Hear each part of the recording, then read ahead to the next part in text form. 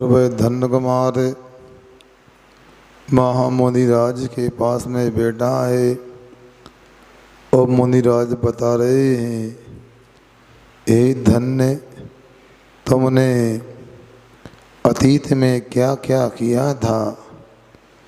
मंदिर के द्रव्यों को हटा करके विक्रय करके तुमने व्यसनों का सेवन किया था, मांस भक्षण किया, सुरापान किया। ज्ञानेतर लोगों में भी सुरापान को लेकर कहते हैं, जितना एक गांव जलाने में पाप लगता है उतना पाप एक बूंद शराब पीने में लगता है। हमारे यहाँ पर शराब को लेकर कहा है, इसमें अनंत जीवों का रस होता है।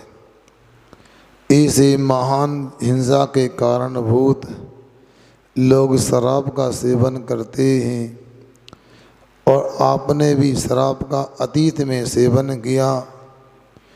ऐसी शराब जिससे मति भ्रष्ट हो जाती है, जिसके माध्यम से व्यक्ति धर्म अधर्म को भूल जाता है, जिसके माध्यम से परिवार की मर्यादाएं नष्ट हो जाती हैं, जिस मदिरा पान को पीने से घर नरक बन जाता है।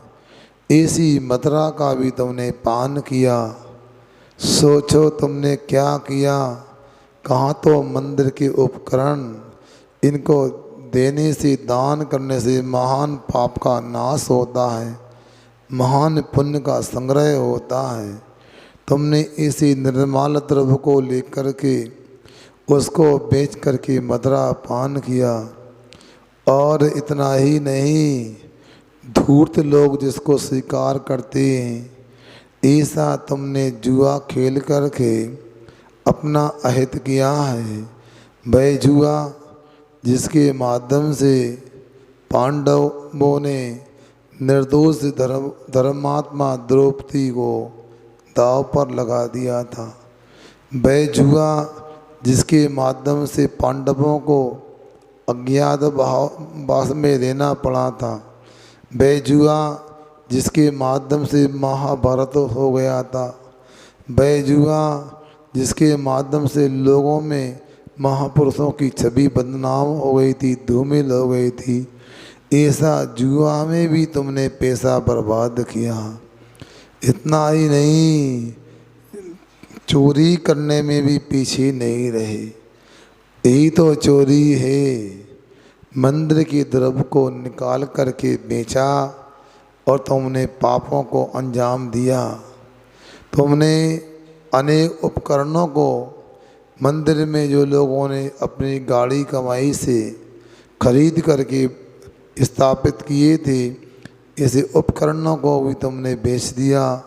दीवाल के बेदियों के रत्नों को निकाल करके तुमने बेचा। कैसे पाप किए और वह आँखों से झरझर आंसू बह रहे हैं, मानो अतीत का पश्चाताप कर रहा है। हाय, मैंने कैसी गलतियाँ की, मैंने कैसे अपराध किए। एक बात हो तो कहें बंधुओं, इतना ही नहीं, तूने अपनी इंद्रियों को संतुष्ट करने के लिए वेश्यागमन किया। तूने शिकार को नहीं छोड़ा। वह शिकार जिसके माध्यम से निर्दोष पशुओं का वध होता है, वह शिकार जिसके माध्यम से वन्य जीव अकाल में मरण को प्राप्त होते हैं, वह शिकार जिसके माध्यम से स्वयं भी कभी कभी मरण को प्राप्त हो जाता है। तूने परस्त्री सेवन किया। ऐसे न मालूम सप्त व्यसनों को तूने कितनी बार किया। इसे पापों को करता करता भयंकर तूने अनेक अशुभ कर्मों का आश्रय बंद किया और बहु आरंभ के परिणाम के माध्यम से, बहुत परिग्रह के भाव के माध्यम से तूने सातवें नरक की, महात्म पृथ्वी के नरक की आयु का बंद कर लिया। और जब तेरा मरण हुआ तो कैसे हुआ? जब तूने पाप करके मंदिर के संपूर्ण उपकरणों को बेच दिया, नगर में हाहाकार मच गया और बंधुओं सेठ जी के आने पर लोगों ने एक ही बात कही, सेठ जी आपने किस व्यक्ति को मंदिर में छोड़ दिया था? ये ऊपर से त्यागी दिखाई देता है, ऊपर से तपस्वी दिखाई देता है, अंदर से तो इसने वो पाप किए हैं जो सामान्य व्यक्ति भी नहीं कर सकता है। इसको एक क्षण भी त्यागी की पोशाक में रहने का अधिकारी नहीं है, अधिकार नहीं है। इसने जो किया है अक्षम्य किया है, क्षमा करने के योग्य नहीं है। सेठ जी ने भी जब देखा अत्यंत कुपित हुए, दुखी हुए और उसका काला मुंह करके और सिर को मुड़ा करके और चप्पल जूते की माला पहना करके गधे पे बिठार के जंगल में उसको भगा दिया, नगर से निकाल दिया। ऐसा अतीत काल में मायाचारी के माध्यम से तूने मंदिर का निर्माल सेवन किया। ये निर्माल बड़ा खतरनाक होता है। दान करने वाले को तो महान पुण्य मिलता है। एक खसखस के दाने बराबर भी दान किया जाता है, उसका महान फल होता है। आचार्य उमा स्वामी महाराज ने लिखा है, अनुग्रहार्थम सस्यादि सर्गो दानम। अपने और दूसरे के उपकार के लिए, अनुग्रह के लिए धन का त्याग करना दान होता है। जो दान करता है उसके लोभ कसाय छूटती है, तो उसका स्वयं का आत्मा का उपकार होता है। और जिसके लिए दान किया जाता है वह भी धर्म मार्ग में स्थापित हो जाता है। मुनि महाराज को आहार दान आदि करते हैं, 24 घंटे रत्नात्रय की साधना करते हैं। रत्नात्रय की साधना करने का मतलब आपने आहार कराया, आपने औषधि दी, आपने स्थान दिया, आपने शास्त्र दान दिया, उनका 24 घंटे का रत्नात्रय का दान कर दिया। जो व्यक्ति मुनिराज के हाथ में एक रोटी का ग्रास देता है वह भविष्य में अपने ही मोक्ष मार्ग का पाते ही तैयार कर लेता है, कलेवा तैयार कर लेता है। दान की अद्भुत महिमा है, बड़ी महिमा। दान के माध्यम से क्या प्राप्त नहीं हो सकता। एक पाखुड़ी भी भगवान के चरणों में समर्पित करने वाला मेंढक देव बन सकता है। ऐसा दान का प्रभाव आचार्य कहते हैं अनादिकाल से देखा जाता है। ऋषभदेव के जीव बजरंगी पर्याय में, राजा श्रेयांश का जीव श्रीमती की पर्याय में 2 मुनि महाराज को सागर सेन दमदर नाम के मुनिराज को दान करते हैं। उस दान के प्रभाव से उत्तम भूमि जाते हैं। उस दान को करने वाले तो उत्तम भूमि जाते ही हैं, मगर दान को देखने वाले, आहार दान की अनुमोदना करने वाले सिंह, बंदर, सूकर, नेवला ये भी उत्तम भोग भूमि के पात्र बनते हैं और कालांतर में मोक्ष को प्राप्त करने वाले होते हैं। दान की अद्भुत महिमा है और तो ऐसे दान करने वाले दान करके अपने पापों की निचरा करते हैं, साथ साथ पुण्य का संग्रह करते हैं। और धन कुमार आपने पूर्व की पर्याय में उस दान जो किया है ऐसे निर्माल का सेवन किया है। निर्माल का सेवन भूल करके भी नहीं करना चाहिए, ये बहुत ही बड़ा पाप माना जाता है। यदि हम दान करते हैं और यदि दान देने में विलम्ब करते हैं, जमा करने में विलम्ब करते हैं, तो हमको उतने दिन का ब्याज जोड़ करके दान देना चाहिए। कुछ लोग दान बोल देते हैं, आज 1000 रुपये का दान बोला, 10 साल के बाद देंगे तो पता लगा कि इससे ज़्यादा तो उसका ब्याज हो गया। तो आपने दान देने में विलम्ब किया, ये भी निर्माल का सेवन करना है। जिस विधि से, जिस प्रकार, जिस मद में दान दिया जाता है वैसा ही करना चाहिए। दान देने वाले का लोभ का त्याग, दान लेने वाले की रत्नात्रय की वृद्धि होने से ये दोनों का अनुग्रह होता है। अनुग्रह करने के लिए ही दान किया जाता है। दान में 4 मूल बातें होती हैं, उनका ध्यान रखना चाहिए। आचार्य महाराज उमा स्वामी ने लिखा है, विधि द्रव्य दात्री पाद विशेषत तद विशेषा। विधि की विशेषता से दान में विशेषता आती है, द्रव्य की विशेषता से दान में विशेषता आती है, दाता की विशेषता से दान में विशेषता आती है, और पात्र की विशेषता से भी दान में विशेषता आती है। जो विधि बताई गई है, मुनि महाराज को नवदा भक्ति से दान दिया जाता है। जो नवदा भक्ति में पड़गान आदि होता है, आगम के अनुसार अपने को पड़गान आदि नवदा भक्ति करना चाहिए। दाता के 7 गुण होते हैं। पात्र के प्रति श्रद्धा होना चाहिए, उसके प्रति भक्ति का भाव होना चाहिए। पात्र जो भी उपलब्ध हो उसके प्रति अपने को संतुष्टि होना चाहिए। अपने लिए विवेक कभी खोना नहीं चाहिए। हमेशा याद रखना चाहिए कि हमेशा किसको क्या देना है, कौन किसका पात्र है। मुनि महाराज आहार देते हैं, अच्छी बात है। मुनिराज यदि रुग्ण है औषधि देना अच्छी बात है।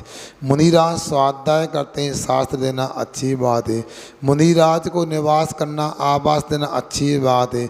मगर मुनिराज को इसके अलावा परिग्रह देना, श्रावक की योग सामग्री को देना, ये भी पाप का कारण होता है। दान उस वस्तु का दो जिससे अपना भी अनुग्रह हो, जिससे पर का भी अनुग्रह हो, ऐसा दान देना चाहिए। विधि के बाद द्रव्य भी, जिस द्रव्य को देना है वो शुद्ध होना चाहिए, अहिंसक तरीके से तैयार होना चाहिए। दाता के 7 गुण वह भी हमेशा याद रखना चाहिए।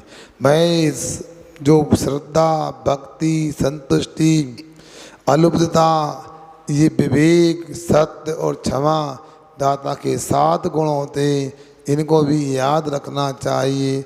दान में विशेषता आती है, और दान देने के लिए जो पात्र बताएं उनमें सर्वोत्तम पात्र तीर्थंकर महामुनिराज होते हैं, गणधर परमेष्ठी होते हैं। उनके बाद में आचार्य उपाध्याय साधु परमेष्ठी होते हैं। मध्यम पात्र में आरिकाएँ एलक शुल्लक होते हैं। प्रतिमाधारी श्रावक होते हैं। जगन पात्र में अव्रत सम्यक दृष्टि सच्चे देव शास्त्र गुरु के श्रद्धालु भी दान के पात्र होते, जगन पात्र कहलाते हैं। इस प्रकार से विधि, द्रव्य, दाता और पात्र, ये चारों को ध्यान में रख कर के दान में विशेषता आती है। मगर दान देने वाला दान देता है। यदि हम दान नहीं दे सकते तो दान की अनुमोदना अवश्य करना चाहिए। यदि ऐसा भी नहीं कर सकते तो कभी दान की वस्तु को अपने को ग्रहण नहीं करना चाहिए। मंदिर में भगवान के सामने जो अर्पण किया है उसको यदि हम लेते हैं तो निर्माल माना जाता है। हमने मंदिर आदि के निर्माण में, मंदिर आदि की व्यवस्था के लिए अर्पण किया है, वो यदि ग्रहण करते निर्माल माना जाता है। हे धन्य कुमार, आपने अज्ञान दशा में कसाय भाव से जो तुमने पाप किया, उस पाप के कारण तुमने अपने जीवन को पतन की ओर धकेल दिया, और तुम्हारे लिए बड़े अपमान के साथ में सेठ जी ने, नगर वासियों ने नगर से निकाल दिया, और आर्त ध्यान के माध्यम से बड़े कष्ट के साथ मरण हुआ, और क्रूर परिणामों के साथ मरण हुआ, और मर कर के 33 सागर की वेदना वाले साध्वी पृथ्वी की भय वेदना को तुम प्राप्त हुए। 33 सागर भयंकर दुखों को तुमने भोगा, और वहाँ पर आपके लिए एक क्षण के लिए भी सुख नहीं मिला, दुख ही दुख मिला। संसार में यदि दुख की पराकाष्ठा हो सकती है तो नरक में तो साध्वी नरक की भूमि में ही नरक की पराकाष्ठा होती है। ऐसी नरक भूमि में तुमने भयंकर दुखों को भोगा।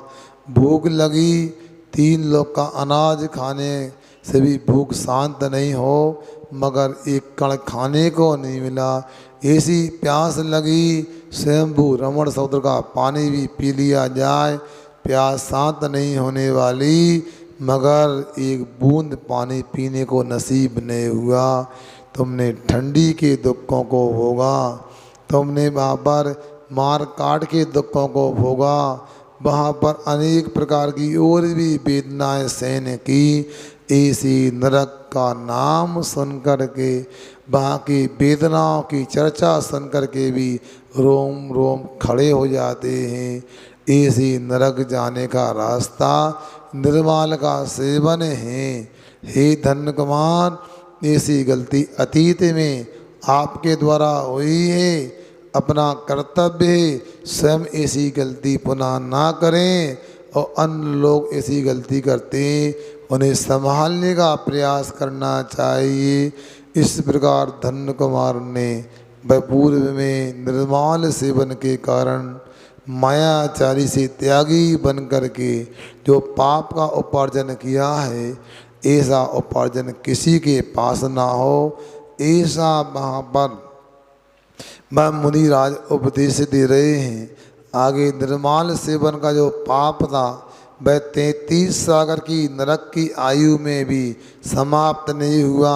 अभी तो निर्माल सेवन करने का, व्यसनों का करने का, पाप करने का फल प्राप्त होना प्रारंभ हुआ है। आगे अगली किस्त में आप समझोगे कि ये निर्माल सेवन का कैसा परिणाम होता है, क्या इसका फल मिलता है। अब आप लोग प्रश्ना स्वाध्याय के लिए तैयार हो जाओ। आगे की बात पुनः 24 घंटे के बाद की जाएगी। समय है प्रश्ना स्वाध्याय का।